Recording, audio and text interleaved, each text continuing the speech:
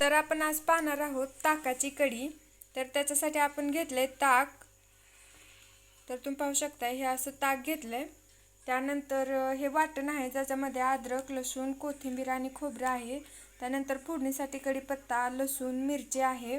त्यानंतर कोथिंबीर आहे, जिरी मोहरी आहे, हळद आहे, चवीनुसार मीठ आणि इथे मी साखर घेतली। जर तुमच्याकडे गूळ असेल तर तुम्ही गूळही घेऊ शकताय। तर आपलं तेल गरम झालंय, आपण मिरची टाकून घेतली आहे। त्यानंतर लसूण आणि कढीपत्ता टाकून घेऊयात।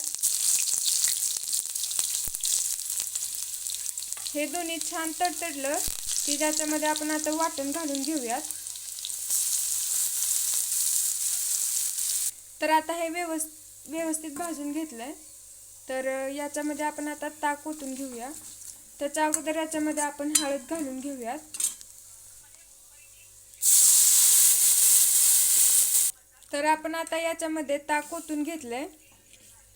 तर याला असं सतत ढवळत राहायचं म्हणजे आपली कढी फुटत नाही। प्रत्येकाची आपापली वेगळी पद्धत आहे कढी बनवण्याची। तर ही आमची पद्धत आहे, तुम्ही अशा प्रकारे नक्की ट्राय करा।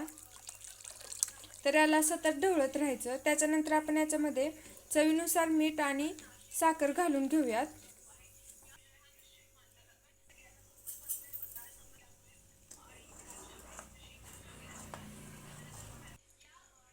तर आता आपली कढी तयार आहे।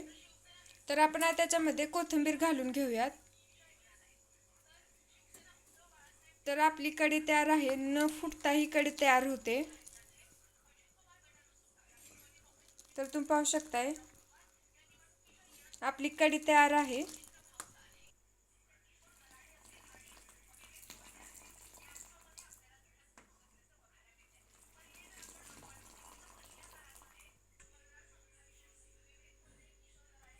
तर आपली कढी तयार आहे। व्हिडिओ आवडल्यास नक्की लाईक करा आणि ही कढी तुम्ही नक्की ट्राय करा। आपण ज्यावेळेस तूप काढतो त्यावेळेस आपलं ताक तर राहतच, मग तेव्हा तुम्ही अशी ही कढी ट्राय करू शकता। कढी भात किंवा कढी भाकर अगदी छान लागते, तुम्ही नक्की ट्राय करा। व्हिडिओ पाहिल्याबद्दल धन्यवाद।